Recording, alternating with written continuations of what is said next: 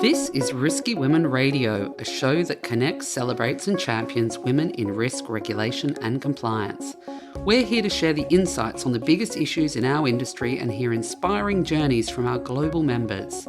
Sign up to our newsletter at riskywomen.org. I'm Kimberley Cole, your Chief Risky Woman. Welcome to Risky Women Radio. Today's Risky Woman is a powerhouse in operational and enterprise risk.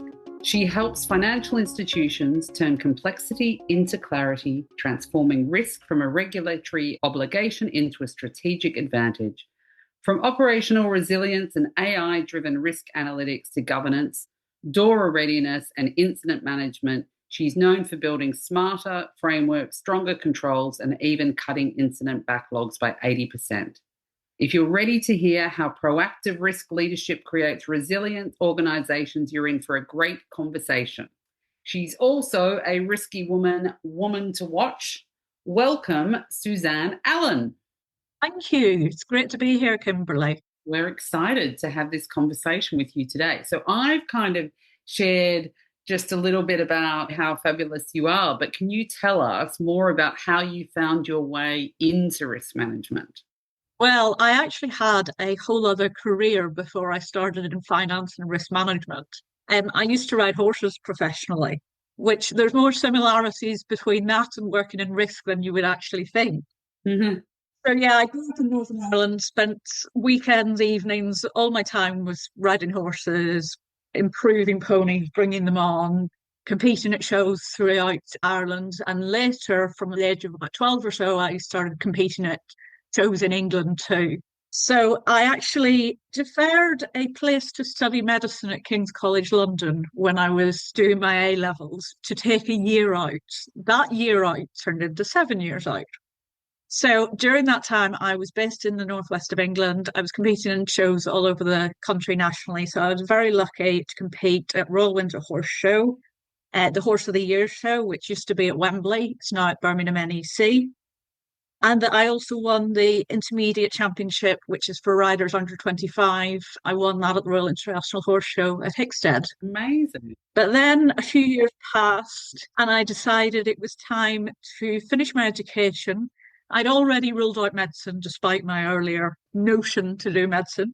So I actually thought I'd done a little bit of work. I worked closely with show secretaries and things while I was riding and competing in England. Actually created the first online entry system for horse shows called ShowPay. However, in hindsight, it was about 15 years ahead of its time because people didn't actually start using those systems until after the pandemic when shows started opening up again.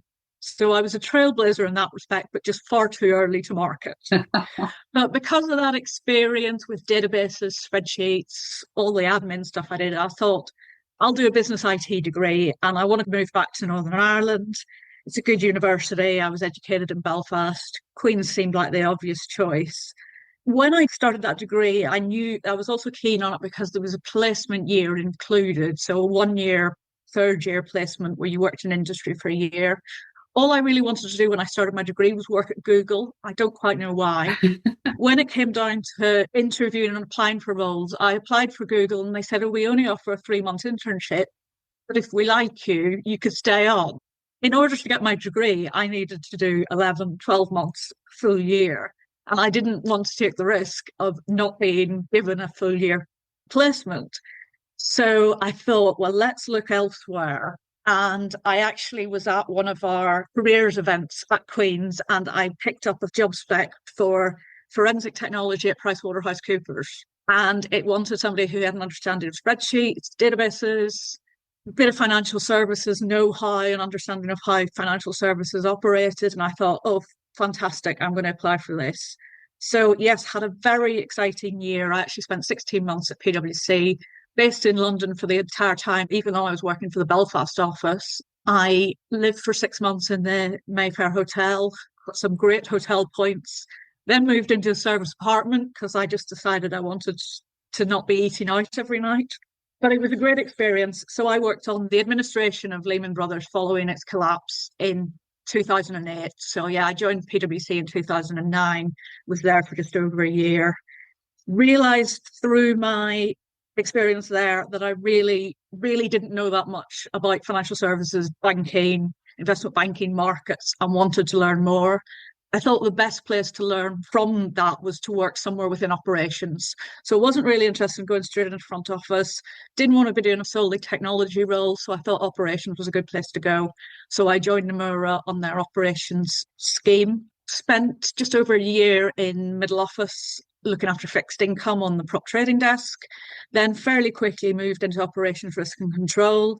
And since then, all my roles have been within risk. So all elements of frameworks, RCSAs, incidents, losses monitoring, KRIs, and scenario analysis. And I've absolutely loved it. What an amazing journey. I didn't know anything about the background of horses and moving from medicine to the career that you've had. So that's fantastic. And thinking about that sort of sporting background, are there things that you still consciously apply in your leadership and risk management today that you think you've brought from that sporting background? Yeah, I think the preparation and proactiveness is key. When you're producing a horse for the show ring, you want it to peak for the biggest shows. So you'll learn from things and develop the animal as you train it, as it grows and matures. You take what you've learned and apply it to what you're going to do in the future. And that's very much what I do with risk. So, for example, I've worked in fintechs, global markets, organizations, investment banking. What I like to do is take what I've learned previously where I've made a mistake, realized too late I should have taken a slightly different approach, but I won't make that mistake again. And it's the same thing when you're competing a horse. If you realize they don't like flags, then you maybe don't take them to a show where there's a lot of flags and noise and things. So it's really that preparation and resilience has been really helpful. And also time management, having a target. So I'll know if you're wanting to peak for the Horse of the Year show at the end of the season, you prepare your horse in that way. And then the same thing if you've got a quarter end deadline or you've got your year end scenario analysis and ICARA sort of submissions and things to do, you work backwards and plan by this milestone, I want to achieve this. Then by the end, I've made sure I've given myself a few weeks leeway if something goes wrong. So it's that resilience and planning has been key throughout my career. And that's something I've brought from my world of riding horses and producing them for the show ring. I think that's great. And I think that's something that people, certainly those starting out earlier in their career, should think about, that there's so many different experiences that you can have that you can bring forward, and skills and knowledge and capability that you can apply. So I think that's amazing. So what change would you hope that your leadership ultimately leaves behind, and whether that's in people, cultures, or the profession? I think all three. I'd like to imagine I could have an impact in what people sort of think about risk and maybe bring about a shape in how people think about a risk. I think it's quite often perceived as something that sits alongside the business. But more increasingly, my most recent roles have been more, instead of being the no person, they have been more as business partnerships and working with the business. One thing I think has become more prevalent in risk management in coming years, and everybody's sort of buying into this, is it's about outcome-based focused. Does risk help us make better decisions? And giving risk a seat at the table when decisions are made, and not just after a new product has been discussed and confirmed and is ready to go to launch, the very, very beginning of a new product. And it's just making conditions where people ask better questions, they challenge constructively, and they understand the consequences of the choices they are making. And I'd like risk management to be more accessible. It shouldn't be very much jargon-based and technical. It's something that everybody should go about their role, especially financial services, across wealth managers, banking environments. We're all risk managers to a certain extent. And one thing I'm exploring, to give a little bit of a plug for Risky Women as well, I entered the Risky Women Write competition last year. And although my English teacher won't be very surprised to know I didn't win a prize, I got some quite good feedback. So I was happy with that. So I'm looking this year, some sort of provocative titles I've come up with, or risk management will disappear. because we are all risk managers and we're all responsible for managing the risk in our organization, whether you are a risk owner in first line or you're working more in the second line, which is where most of my career has been. Yeah, excellent. And thank you for mentioning Risky Women Right. One of the favourite programs that we run. I absolutely love it because we get just so many interesting and amazing thoughts. And obviously, our aim is to get more female voices out there, get more females quoted and sourced in other press. So thank you for being part of that as well. I love this question and to get people's different views on this, but what emerging challenge in GRC do you think will disproportionately require women's voices in leadership? Okay, so one of the main things I really love about working in risk is the fact that you get to see all over a business. And that requires you to be quite adaptable in the processes you're building, the technical skills you need to have. You're communicating with people at all levels of seniority and all levels of knowledge and understanding of risk. So talking to somebody in front office or technology is very different from talking to somebody in legal. And then I also think it's one of the few professions where curiosity is genuinely a strength. So by that, we need to ask better questions. We don't just accept the status quo. We make suggestions to improve the control framework, to mitigate risk, to lower risk. And I think that's something that females are quite adaptable. And it's not just female diversity, but it's diversity of all respects. So having all those different viewpoints in a business, if they've all come up from the graduate scheme in the same business and there's nobody's ever come in and challenged what they're doing, they're going to be a bit taken aback by somebody coming in and say, well, actually, have you thought of this? So I think that's something, I think women can be quite pragmatic and naturally curious, which I think is a key thing. And then the other emerging challenge in GRC, I haven't been to a roundtable or a CPD event or anything this year which hasn't mentioned this particular area. I think you're going to know what it is. It's AI. Yes. So for AI governance, it's not simply because it's a new technology. We're being forced to make decisions around ethics, regulation, customer outcomes, technology, business strategy. And I think women are quite adaptable. And although they'll have the technical background, they're not purely technical conversations. They're like human conversations. And I think women are naturally quite good at those communication skills, softer skills. So we're not just saying, oh, there's a risk of explainability here. We're actually working out from a perspective of being embedded within a desk or a team in a bank or a financial services organization. How does it impact us? And I think we're like naturally collaborative, curious, and comfortable navigating ambiguity.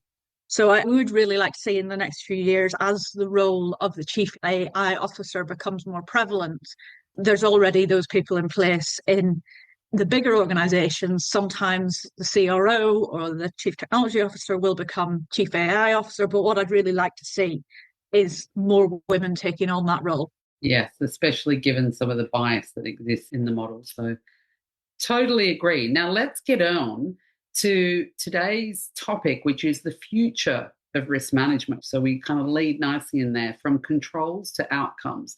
And you mentioned some of that outcome-based focus already. So you speak a lot about moving from controls to outcomes. So can you explain more about what you mean by that?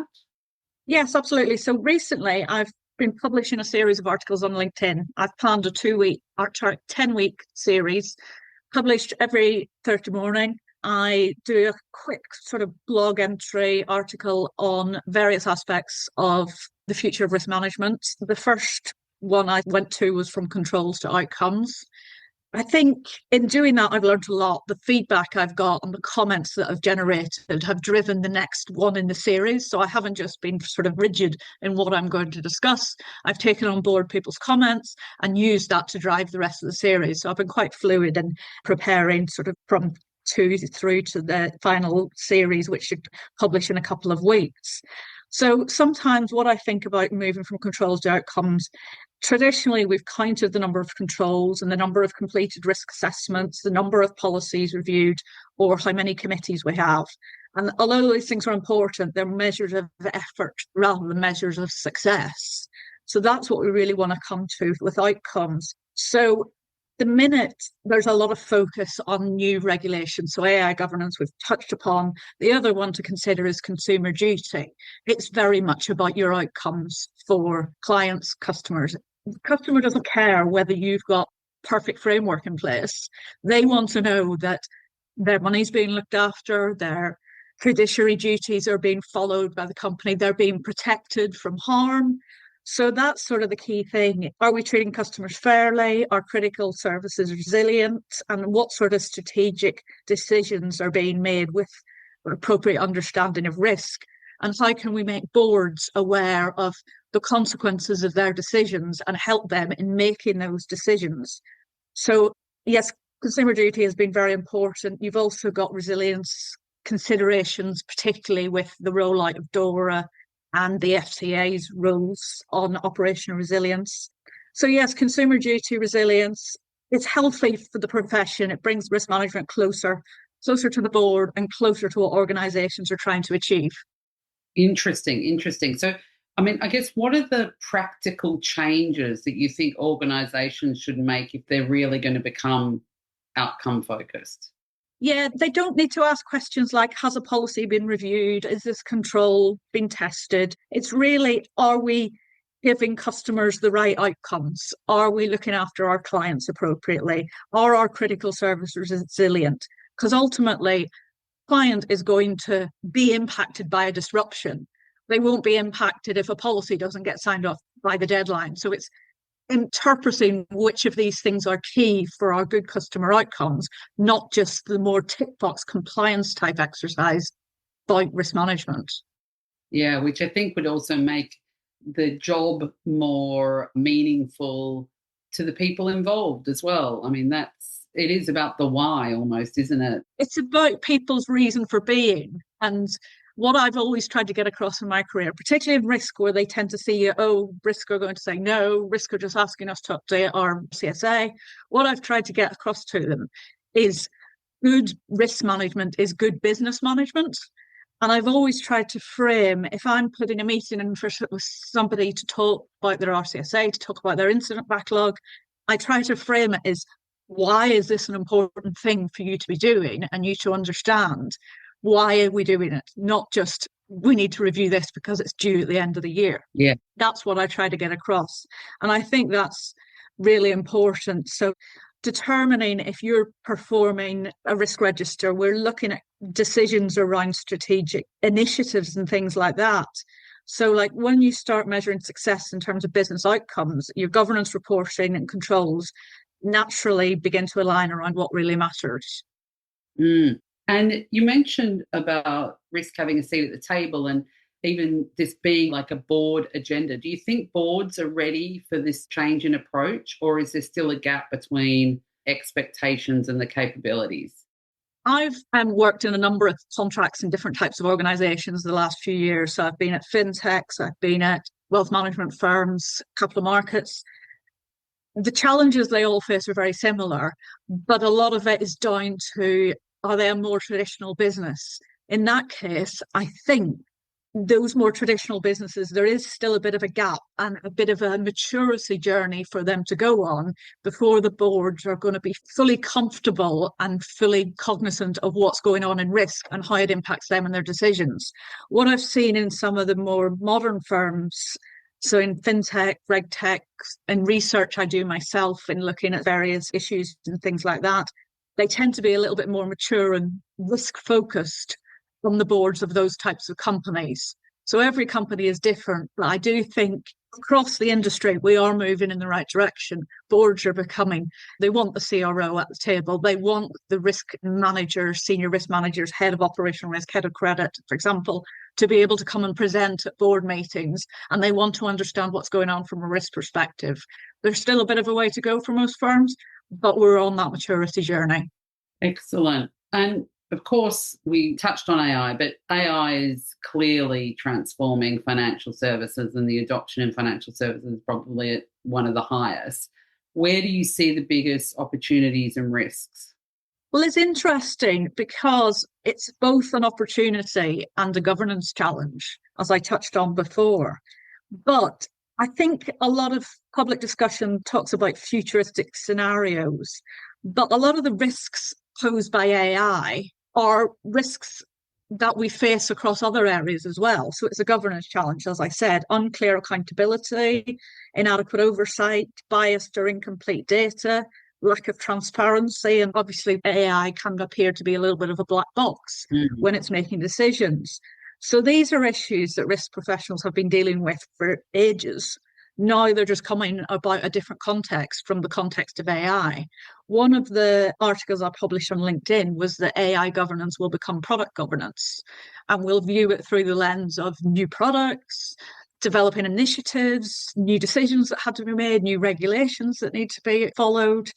But yeah, customers don't experience AI models, they experience products and services. And that's why I arrived at that conclusion. And the AI governance piece, what's then the biggest sort of misconception that organisations currently have about AI governance? Okay, I think they see it as a technology problem when in reality it's a business governance challenge. Right. So a lot of bigger organizations tend to be quite siloed. So technology teams, they build and validate models, but then that's not viewed across the organization. It's only viewed in the vertical. So I think organizations need to understand accountability, customer impact, ethics, regulatory expectations, and ongoing monitoring. And I think it needs collaboration between all the different teams. So you've got technology who are maybe producing in-house AI tools or are responsible for selecting the Copilot ChatGPT offerings that companies have been implementing. But yes, it needs collaboration between tech teams, business, legal, compliance, and risk. So the organizations using AI, which there's very few organizations who are not using AI now, it's a given, but they have to remain accountable for decisions even when technology is involved. So ultimately, the key controls you'd expect to have in place are the human in the loop type controls, which we've discussed at this fantastic events that you've been holding recently. It's about who's accountable and are we making sure that somebody is reviewing what goes out the door before it does. Yeah. So, I mean, obviously it's making a big change to the role as well. So how do you see the role of the risk professional evolving? I think this is one of the most interesting periods for risk management. We've got so many new and emerging regulations, which I've touched on, consumer duty, AI governance. And I think the maturity level of frameworks will develop a lot in a lot of companies over the coming periods. So things like paying a law firm to review all the regulations that you're subject to help you write policies, that will disappear with AI. It'll become something which used to involve MI reporting at the end of the month, for example, maybe involves a team of 5 people, analysts and associates producing decks.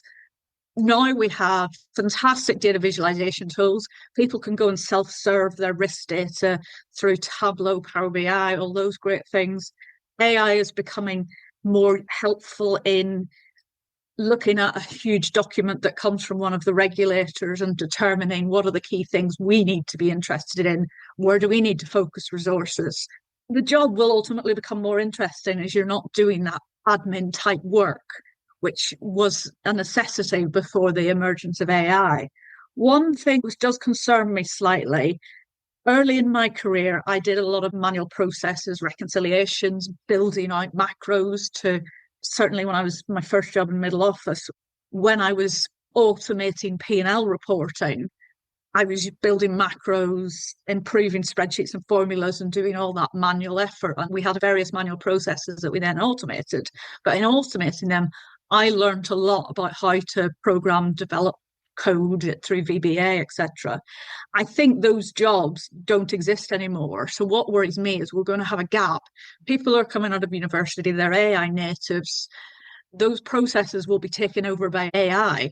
So how do you then get those people who are coming into the organizations and into the industry? How do you then get them from being analyst level? How do you then get them to the VP level if they're not doing all that, for want of a better word, grunt work, which a lot of us had to do 10, 20 years ago?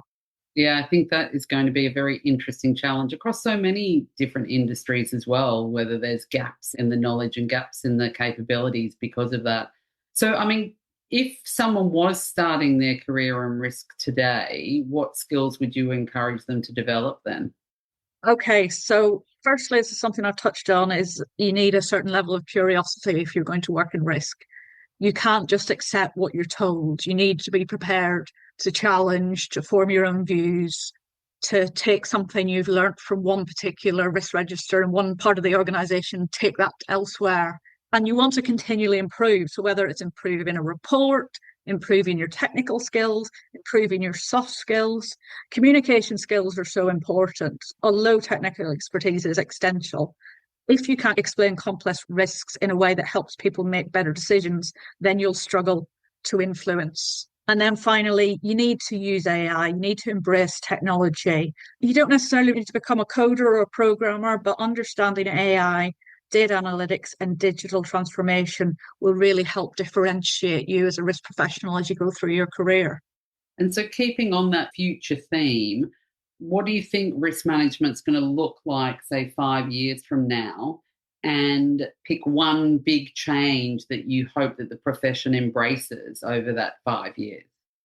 I think risk management will start to disappear. We probably, maybe not in 5 years, but certainly in 10 to 15 years' time, we will have risk managers embedded within departments and within teams. So it won't just be the second line, it'll be this is one of the Risky Women Right submissions, was that the three lines model is no longer relevant. I think that's one of the biggest changes we're going to see, maybe in 5 years, but more certainly within 10 to 15 years. The three lines model will disappear. We will have risk embedded within every process we do, every decision we make, every report we produce. And as I said, good risk management is good business management, but that will become more and more prevalent. And risk will become more and more embedded in processes, controls, systems, and everybody will have a part to play in risk rather than it being thought of as the ultimate responsibility of the CRO and up to his team to execute risk within an organisation. It'll become much more embedded. And what excites you then about that future of risk management? I think the opportunity to get more involved. If I was to move into a role as a risk manager within a trading desk or within a fintech, I could become much more involved in actually making those decisions and saying, at the minute, risk has a seat at the table, but quite often it's not the ultimate. It's either we see these risks, this is how we think we should progress. It'll become much more embedded in decision making. It'll become seen as really key. The CRO function may cease to exist if you have a number of risk managers across the organisation all reporting on their different, say, a risk manager for technology who then reports up to the CTO. Chief Operations Officer will have a risk person as well. And I think what that will do, and what I hope it will do, is break down silos. Well, I think that's an interesting perspective on the evolution, the change, and the future state. So that's fantastic. Thank you for that. And I guess if our listeners, our Risky Women listeners, took away one message from today's conversation, what would you hope that it would be? I try to get this across to the people I work with, my key stakeholders in all companies I've worked for. Risk management isn't just about saying no. It's helping people achieve their ambitions in a safe, sustainable and informed way. And ultimately that company achieving what they set out to do. So I think technology, regulation and customer expectations will continue to evolve. And the organisations that thrive will be the ones that see risk as a strategic capability rather than just a compliance obligation. And I think that's what excites me the most about the future of our profession. There's a lot of evolution still to come. AI is driving that. Every time I move on to a new role, a new contract, look at a different framework, there's something I'm learning from that, which I can then bring on to my next task and keep evolving. And I do think in certain type of careers, you perhaps get to a certain level of seniority and the work you do later in your career doesn't really change year on year, 6 months on 6 months. I think you're always evolving in risk. And that's what really excites me and it encourages me that I think I've found somewhere that's going to be an interesting enough role and a very interesting industry. It's going to keep me occupied for a good while to come, because I'm no spring chicken, but I'm going to be in the industry for a good while yet. Excellent. I love that. Absolutely love it. So now we're going to do our little quick wrap-up questions. So short, sharp, punchy. Your leadership superpower. Creating clarity. Ooh, I like it. One word that defines your career. I've just used this word to describe how risk management as an industry is progressing. I would say evolution. So I've moved between first and second line. I've worked in all areas of financial services.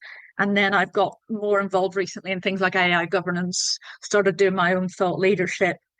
And I believe risk management itself is evolving. So my career up until this stage has been about evolution, and I hope it continues to evolve. Excellent. I thought it was going to be hard to just get one word. Sorry. Top skill required for the future. I think judgment. So we need to combine the data, what the technology does for us, what technology tells us, but ultimately it needs someone to make that decision. So it's the sound judgment of the human, not allowing technology to make decisions for us. And what's the future of governance, risk and compliance in a single word? Outcomes. Oh, nice. I've got one more word for it though. Okay. Because I was debating what to use, but I think outcomes is key, but also intelligence. And I don't mean AI intelligence, I mean decision and risk intelligence. Right. Interesting. Well, it's been a fascinating conversation on the future of risk management from controls to outcome. So everyone should go on and follow Suzanne Allen on LinkedIn and read all of the articles. And thank you so much for joining us and being a fabulous Risky Woman. Thank you, Kimberley. It's been great to join you. Thank you so much. And Risky Woman, anyone listening out there, it's a fabulous organisation, great events, good competitions, fantastic CPD. I'd fully encourage anyone to join. And I look forward to meeting more Risky Women at future events. Wonderful. Me too. Bye. Thank you for listening to this episode of Risky Women Radio. Be part of the ongoing conversation and learn more about our events and other programs at riskywomen.org.